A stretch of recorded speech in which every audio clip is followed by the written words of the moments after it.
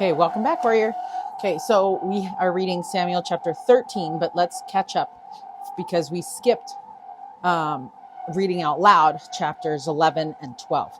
And basically in chapters 11 and 12, we have that Saul was able to rescue and defeat Israelites from the Ammonites.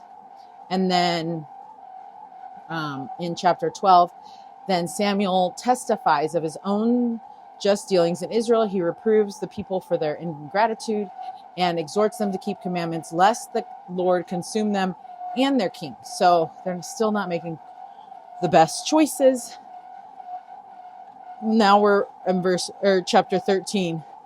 And this one is somewhat confusing to me. And so I'm glad that we're going to get to reread this, because maybe then I'll be able to understand what happened. It says, Saul offers a burnt offering. The Lord rejects him and chooses another captain over his people. So it's kind of a harsh thing, but we're going to learn a little bit more why this happened. Okay, so Saul reigned 1 year, and when he had reigned 2 years over Israel, Saul chose him 3,000 men of Israel, whereof 2,000 were with Saul in Michmash and in Mount Bethel, and 1,000 were with Jonathan in Gibeah of Benjamin, and the rest of the people he sent every man to his tent. And Jonathan smote the garrison of the Philistines that was in Geba, and the Philistines heard of it, and Saul blew the trumpet throughout all the land, saying, Let the Hebrews hear. And all Israel heard say that Saul had smitten a garrison of Philistines, and that Israel also had an abomination with the Philistines. And the people were called together after Saul to Gilgal. And the Philistines gathered themselves together to fight with Israel, 30,000 chariots and 6,000 horsemen. And the people as the sand which is on the seashore in multitude. And they came up and pitched in Michmash eastward from Bethaven. When the men of Israel saw that they were in a strait, for the people were distressed, then the people did hide themselves in caves and in thickets and in rocks and in high places and in pits. And some of the Hebrews went over Jordan to the land of Gad and Gilead. As for Saul, he was yet in Gilgal, and all the people followed him trembling. And he tarried 7 days according to the set time that Samuel had appointed. But Samuel came not to Gilgal, and the people were scattered from him. And Saul said, Bring hither a burnt offering to me, and peace offerings. And he offered the burnt offering. Oh, okay. And it came to pass that as soon as he had made an end of offering the burnt offering, behold, Samuel came, and Saul went out to meet him, that he might salute him. And Samuel said, What hast thou done? And Saul said, Because I saw the people were scattered from me, and that thou camest not within the days appointed, and that the Philistines gathered themselves together at Michmash. Therefore the Philistines will come down now upon me to Gilgal, and I have not made supplication unto the Lord. I forced myself, therefore, and offered a burnt offering. Okay, so he was trying to pray to gain more strength, but the prophet had not come, and so he was like, well, I can just do the offering, and I can still pray. Maybe that's what it was. And Samuel said to Saul, Thou hast done foolishly. Thou hast not kept the commandment of the Lord thy God, which he commanded thee. For now would the Lord have established thy kingdom upon Israel forever. But now the kingdom shall not continue. The Lord hath sought him a man after his own heart, and the Lord hath commanded him to be captain over his people, because thou hast not kept that which the Lord commanded thee. Oh boy. Okay, so we're going to read. So we read up to verse 14, and this is what it says for the redheaded hostess. It says, Saul doesn't wait for Samuel. So chapters 11 and 12 cover a few things that Saul had done, but there was nothing major. But in this chapter, which was after Saul reigned for 2 years, he did something that caused big waves. Saul and his son Jonathan, who was next in line to be king, gathered a small army to fight the Philistines.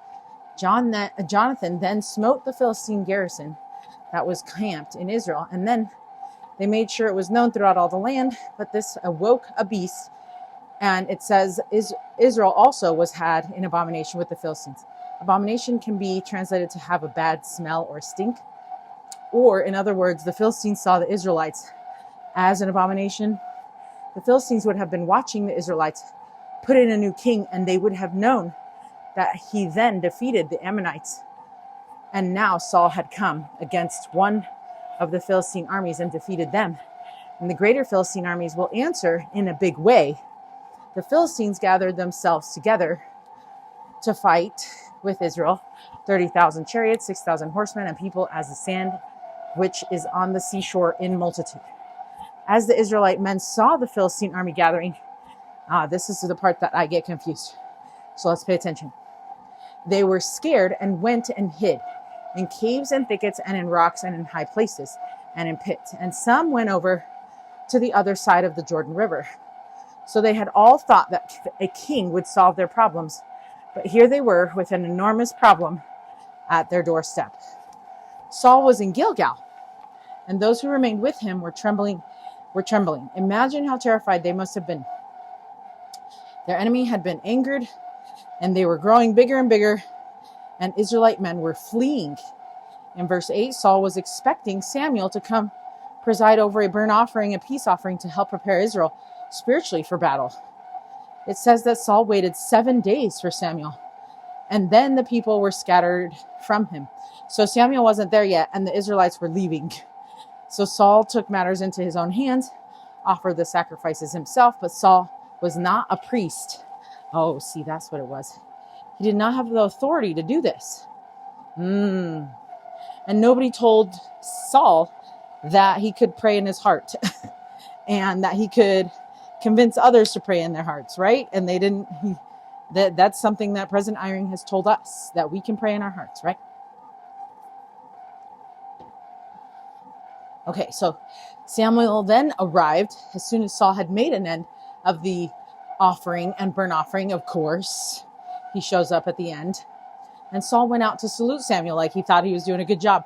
Here's the thing. I think Saul just didn't know that it was like a law or like a rule for priests to do that. So he probably just thought he was being like productive with his time. But there's still consequences, even if you're ignorant to the rules, you know. So Samuel's question when he discovered what had happened was, "What hast thou done?" Saul showed no remorse and sought to justify his actions, right? Because he thought that he was, people were leaving, so I figured I would take matters in my own hands, right? Or in other words, people were leaving. Okay, so Samuel had still not shown up. Saul needed to do something to gain the support of the people. Therefore, he forced himself and offered a burnt offering. There is a whole list of excuses here, placing the fault on everyone but Saul. I mean, yes, but I totally blame Saul also. But Saul was the one who did something he did not have the authority to do, and he was not taking any accountability. It's probably because he didn't know how serious that was, right? Imagine Samuel looking at smoking embers and realizing the seriousness of the situation, and Saul justifying his actions. "Thou hast done foolishly," Samuel said, and then explained the enormous consequences that would follow.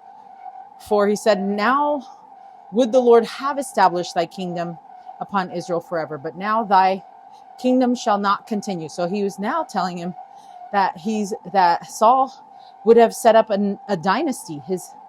His would have been a royal lineage. His son, Jonathan, would have been the next king, Jonathan's son, the king after him, and so on, right? Because that's how they did that. But because of what Saul had just done, a new king will now be appointed, therefore bringing a new royal lineage. That is sad for Saul, and of course would make him frustrated because he didn't quite realize the seriousness of his calling, right? Sometimes we don't understand our true calling because we don't know who we really are, and therefore we don't take things as serious as we need to. But if we can remember who we are and remember whose we are, then we will know the seriousness of all the things that of the commandments and things that we are commanded to do, right? It's not, and the real reason, right? When we know why, it's like we have our why, so we know So anyway, this is a prophecy that will take a number of years to fulfill. Saul will still reign many more years, but the kingdom will never be passed to his descendants, just as Samuel said. It does make me sad, right? Jonathan was trying so hard to be a good king, or a good prince, and then because of his dad's fault, he won't ever be king. Anyway, so President Dieter F. Uchtdorf says this: on that day, the prophet Samuel recognized a critical weakness in Saul's character. When pressured by outside influences, Saul did not have the self-discipline to stay on course, trust the Lord and his prophet, and follow the pattern God had established. End quote. That's exactly what it is. When you don't have your why, it's hard to stay true to it. And when you don't know who you are or whose you are deep enough, you will falter. President Dieter F. Uchtdorf, a matter of a few degrees. April 2008 General Conference. And it's really sad, you know. Okay, verse 15. And Samuel arose and gat him up from Gilgal and Gibeah of Benjamin. And Saul numbered the people that were present with him about 600 men. And Saul and Jonathan his son and the people that were present with them abode in Gibeah of Benjamin. But the Philistines encamped in Michmash. And the spoilers came out of the camp of the Philistines in 3 companies. 1 company turned unto the way that leadeth to Ophrah, unto the land of Shual. And another company turned the way to Beth-horon. And another company turned the way of the border that looketh to the valley of Zeboim, toward the wilderness. Now there was no smith found throughout all the land of Israel. For the Philistines said, lest the Hebrews make them swords or spears. But all the Israelites went down to the Philistines to sharpen every man his share, and his coulter, and his axe, and his mattock. Yet they had a file for the mattocks, and for the coulters, and for the forks, and for the axes, and to sharpen the goads. So it came to pass in the day of battle that there was neither sword nor spear found in the hand of any of the people that were with Saul and Jonathan, but with Saul and with Jonathan his son was there found. What? I'm confused by this statement. So it came to pass, so I'm reading it, verse 22. So it came to pass in the day of battle that there was neither sword nor spear found in the hand of any people that were with Saul and Jonathan, but with Saul and with Jonathan his son was there found. Okay. And, okay. So Saul and Jonathan had swords, but the people with them did not. Okay. So the garrison of the Philistines went out to the passage of Michmash. Okay. So Samuel then left, and Saul and his son Jonathan were left with about 600 men. At the beginning of the chapter, they had 3,000 men, but now they had 600 because people left, right? The following verse gives us some insight into some of the tactics used in ancient battle. The Philistines sent out 3 groups of spoilers, which were raids of destroying soldiers. So this helps us see that their wars were often fought with attacks such as this.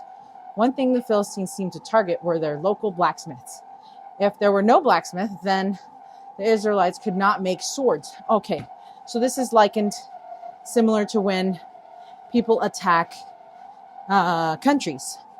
Where do they attack first? It's their military, right? And where they have bombs, or where they have planes or things like that, or just like anywhere where there is things that they could use to protect themselves or to attack the enemies. So that seems pretty normal. Okay, but it also meant that they could not make farming equipment. So the Israelites were forced to go to the Philistine camps to service their equipment. The Philistines severely outnumbered the Israelites willing to fight, and the Israelites were disadvantaged with their access to weapons, for they had none. This looks like a nation about to be entirely conquered. Holy smokes. Right? Okay, so that is it for Samuel chapter 13. And it says, the Lord hath sought him a man after his own heart. So God wasn't looking for perfect. He was looking for after. He wanted to find someone with a heart like his. Wait, what? God wasn't looking for perfect. He was looking for after he wanted. Okay, that's not the very best sentence ever. So, and I don't know how else to read it. He was looking for after. So God wasn't looking for perfect, and then he looked after he found. Anyway, he wanted to find someone with a heart like his. Okay, be after his own heart. He was looking for after, like he was looking for someone after his heart. So,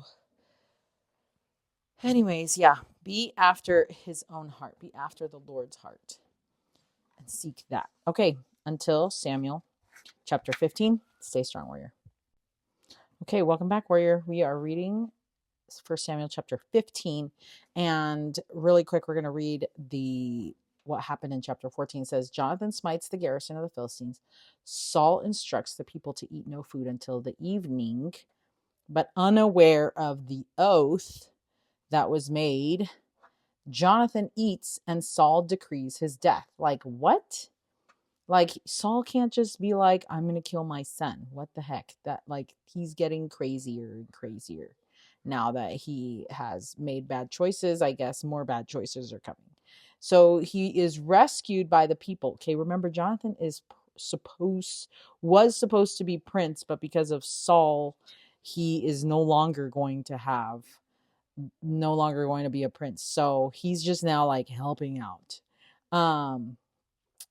his dad to win battles, right? But so he eats and Saul decrees his death. Like, what's up with this? Like, why are people trying to kill their own kids?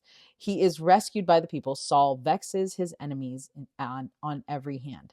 Okay, so awesome, right?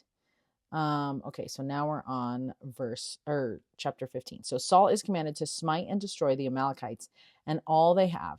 He saves some animals to sacrifice. Saul is rejected as king and told that to obey is better than sacrifice.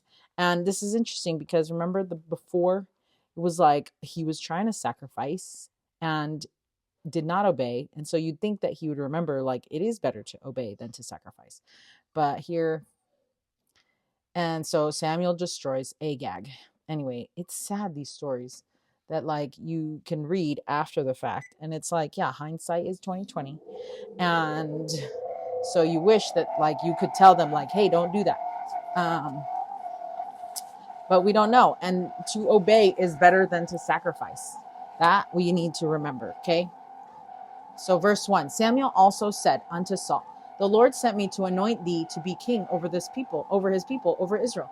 Now therefore hearken thou unto the voice of the words of the Lord.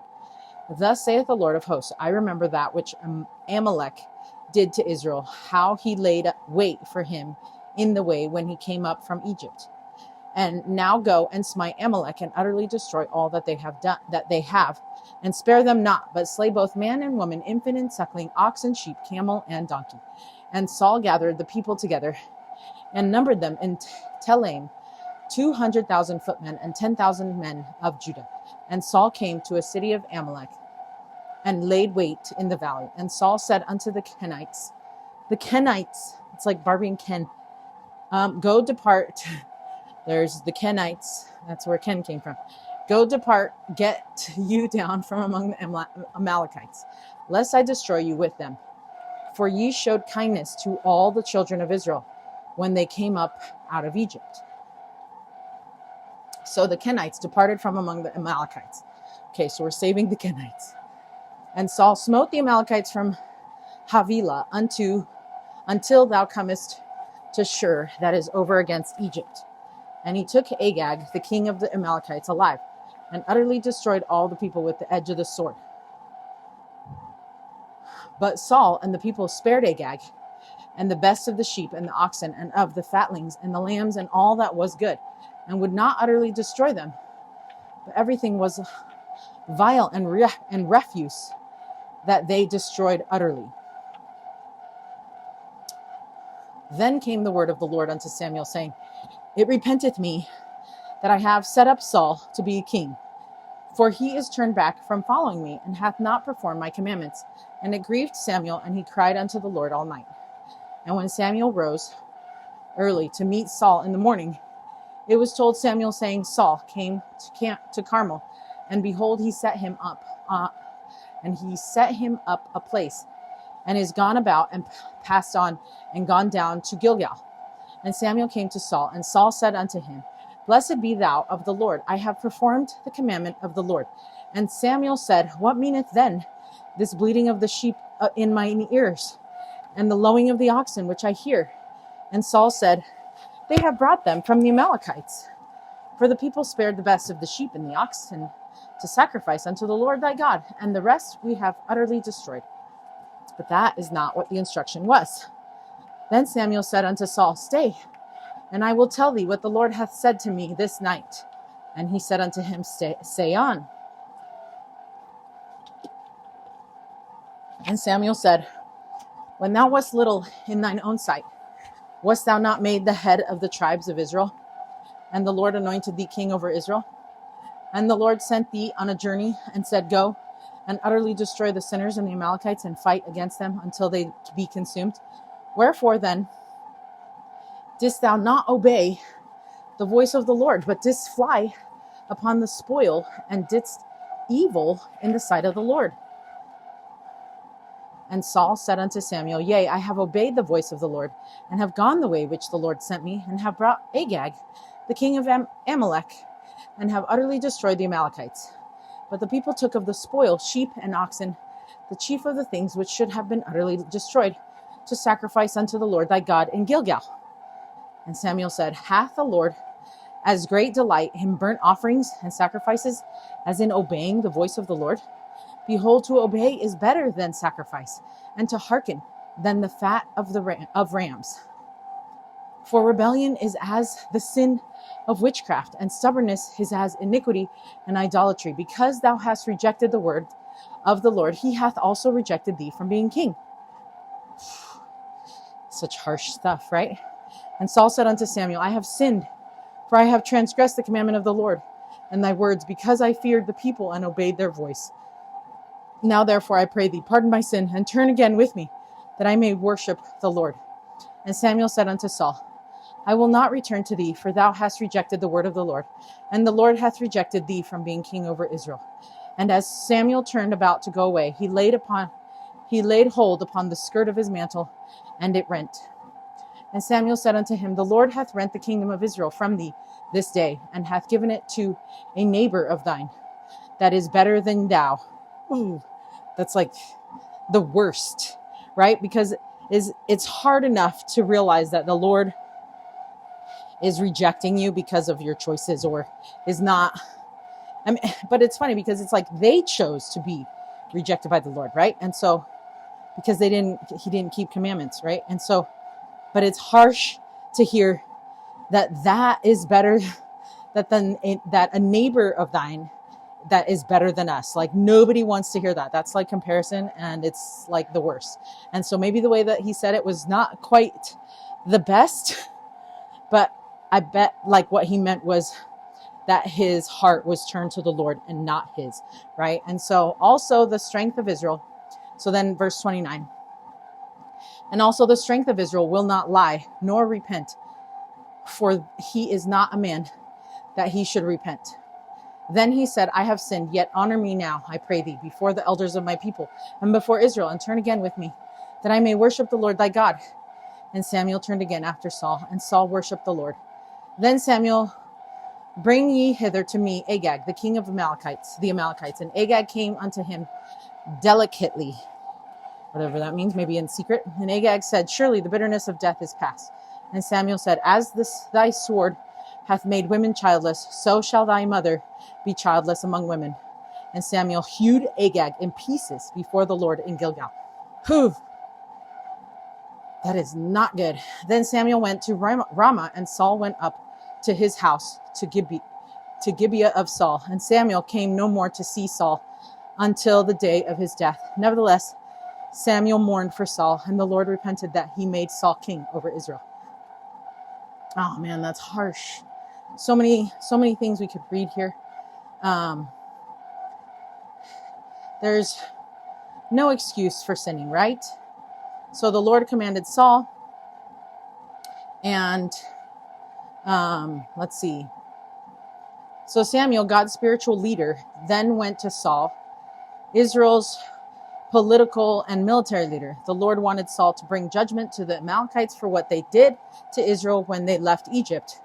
The account is found in Exodus chapter 17, when the Amalekites attacked Israel just as they had escaped the Egyptian army. This is the account when Moses held up his hands as Israel fought, and Aaron and Hur helped Moses by supporting his arms on each side. Oh, okay. After Joshua helped defeat the Amalekites, the Lord said to Moses, "Write this for a memorial in a book and rehearse it in the ears of Joshua, for I will utterly put out of the remembrance of Amalek from under heaven." Not a lot is said in Exodus chapter 17 of that particular battle, but in Deuteronomy 25, verses 17 and 19, gives us some insight into the particular brutality of what happened in this battle. Okay, so let's remember that the Lord remembers things. Okay, so Deuteronomy 17 says, "Remember what Amalek did unto thee by the way when ye were come forth out of Egypt, how he met thee by the way and smote the hindmost of thee, even all that were feeble behind thee, when thou wast faint and weary, and he feared not God. Therefore it shall be, when the Lord thy God hath given thee rest from all thine enemies round about in the land which the Lord thy God giveth thee for an inheritance to possess it, that thou shalt blot out the remembrance of Amalek from under heaven, thou shalt not forget it." So notice in verse 18 in Deuteronomy 25 that the Israelites had been attacked from behind. The Amalekites had come, behind and all that were feeble. The Amalekites had come up behind the Israelites and attacked those who lagged behind, whether because they were old, sick, or with children, or whatever other reason would cause them to go slowly. So this was the nature of these Amalekite tribesmen. Now was the time the Lord had decided to bring that judgment upon them. Oh, see, and that's what's funny, because it's like the Lord can see all these things and we don't see all these things. And so we have to remember that when we receive commandments from the Lord, he knows something that we don't know. And we have to trust that, even though it's really hard. Like I'm saying that right now, but it's not like it's that easy. So now was the time that the Lord had decided to bring that judgment upon them. The Lord did not want them captured. He wanted them blotted out and utterly put out the remembrance of Amalek. So who were the Amalekites? Okay, the Amalekites were all a collection of nomadic tribes that lived in southern Canaan. The Amalekites were known as plunderers. They were a long feud among the Israelites and Amalekites. The Amalekites were brutal and relentless towards the Israelites. The Amalekites first attacked the Israelites as they left Egypt. They attacked from behind, targeting the most feeble among them. The Amalekites and Canaanites joined together to attack the Israelites in Numbers 14. Then they also joined with the Moabites to attack Israel. And later they joined with the Midianites to attack Israel. So the Lord's instruction was complete destruction, not even keep animals at all, right? Saul then gathered an enormous army and went forward with the attack and selectively obeyed. Yep, and smote the Amalekites, but saved their king and also saved the best of the sheep and the oxen. So yeah, he was not supposed to do that. Meanwhile, the Lord revealed to Samuel that Saul had not performed my commandments. So Samuel went to Saul. Notice Saul's words when Samuel arrived. Saul declared, "I have performed the commandment of the Lord." But he hadn't, and Samuel knew it. "What meaneth this? The bleating of the sheep in mine ears and the lowing." So Samuel knew what was going on. Because why? Because he's the prophet of the Lord. Samuel is going to know stuff. And Saul then tried to excuse it by blaming the people. It was them, not him. But hey, they only saved the best animals to offer a sacrifice to the Lord. Notice he called the Lord Samuel's God, not the Lord God. Oh, I didn't notice that. Or the Lord my God. So if Saul was distancing himself from the Lord, then exact obedience would be really hard to do, especially when he could see so many other better ways to do his nearsighted vision. Then notice when Saul said, "The rest we have utterly destroyed." So he was part of the obedient group. It was the people, not him, that disobeyed.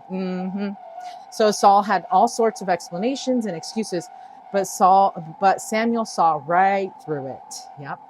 And Samuel reminded Saul of his younger, more humble days when he was little. Remember, Saul was chosen when he was humble and when he knew that he needed to rely on the Lord. But now he is not obeying the voice of the Lord, and he rushed right into it, and he saw the spoil, and instead of hearing the voice of the Lord, his greed overtook him, like many of us as well, and he was so quick to justify. Notice how President Kimball related this story to Israel today. Okay, Saul rationalized, but why not keep the fat sheep and cattle? Was not his royal judgment superior to that of lowly Samuel? Who was Samuel that his words should be obeyed implicitly? And who would know anyway? How like Saul are many in Israel today? One will live some of the Lord's revelation on health, except that he must have his occasional cup of coffee. She will not use tobacco nor liquor, for which she has no yearning anyway, but must have the comforting cup of tea. He will serve in a church position, for here is activity which he likes and honor which he craves, or contribute to a chapel where his donation will be known. But rationalization is easy to do, is easy as tithe paying, which he finds so difficult. He cannot afford it. Sickness or death has laid a heavy hand. He is not sure it is always distributed as he would have it done. And who knows anyway of his failure. And another will attend some meetings, but Saul like rationalize as the rest of the day. Why should he not see a ball game, a show, do his necessary yard work, or carry on business as usual? Another would religiously attend his outward church duties, but resist any suggestions as to family frictions in his home life or family prayers when the family is so hard to assemble. Saul was like that. He could do the expedient things, but could find alibis as to the things which countered his own desires. End quote. President Spencer W. Kimball, October 1954, General Conference. Dude, that is like the best sayings. Like, we need to take that and make it make a little bit more sense in the words. Okay, so that is the end of chapter 13, or just kidding, chapter 15, right? Did I finish that? Or maybe not. Hold on. Yes, that's the end of chapter 15. And let's read it, live it. We're already at 2 miles. I took off the weights because after 2 miles walking with the weights is kind of a lot. Yesterday, I couldn't even do it for very long. I had to sit down, but today we're fine. Okay. Or today we could do 2 miles, whereas yesterday we could barely do 0.2 miles. Okay. So it says, when thou wast little in thine own sight, wast thou not made the head? God often uses the humblest, the most unlikely, the overlooked to do his greatest work. Our weaknesses cause us to rely on his strength. Stay little. Ooh, that's like the opposite of what I've been hearing, that people are like, play big, but stay little and like be humble. And like every time I've been called to be a president of anything, like literally, I do not want to be president of anything. I don't volunteer for things. I don't, and of course, the one time I did volunteer for it was PTA, and then it was COVID. And I was like, last time I try to help out there, but no, like before that, I have been called to be Young Women's president, Relief Society president, primary president, like all. I like never feel like I am qualified at all. In fact, for Young Women's president, I never received my Young Women medallion and did not graduate from seminary. So I was never thinking I was going to be ever called to be president of anything for the Young Women. And then for Relief Society, I had never baked bread and was definitely not a good public speaker or scriptorian or anything like that. And yet I was called to be, president of the Relief Society, which I learned more in that calling then I could even teach the sisters, right? And I think everyone should be called to be president of Relief Society so that they can see what it's like. But then also young women and primary president, like everybody should just be that. Same with primary. Like primary president, like did not feel at all qualified to be in primary as a president. And it's just funny how God really does use the humblest, most unlikely, the overlooked to do his greatest work. And each one of those callings, I was able to learn so much, and especially the youth and the children, like learning so much from them more than I ever could teach them. And it was more just like I was there to give them permission to worship in the way that they needed to worship and to validate that they were doing a good job and that they were where they were needed to be. You know, like it was just like me just like helping them understand like, yeah, you're doing great, and just keep going, you know, like that was what I felt like that was my calling. It was like, you're doing great. Let's support your parents in helping you and just keep being amazing. Right. That was like what it was to me. Okay. So that is stay little instead of the play big, stay little. Okay. And then the next one in chapter 15 was this one. And it says, to obey is better than sacrifice. Religious appearance does not replace daily action. That's right. God values your follow through more than your performance. Choose obedience over show. Yes, like this is totally what it is. Now, you might be thinking, okay, Linda, you're doing this and this is a lot for show. No, I just needed an accountability partner so that I would do the thing that I have committed to do, because it is hard to do the thing, you know, it's hard.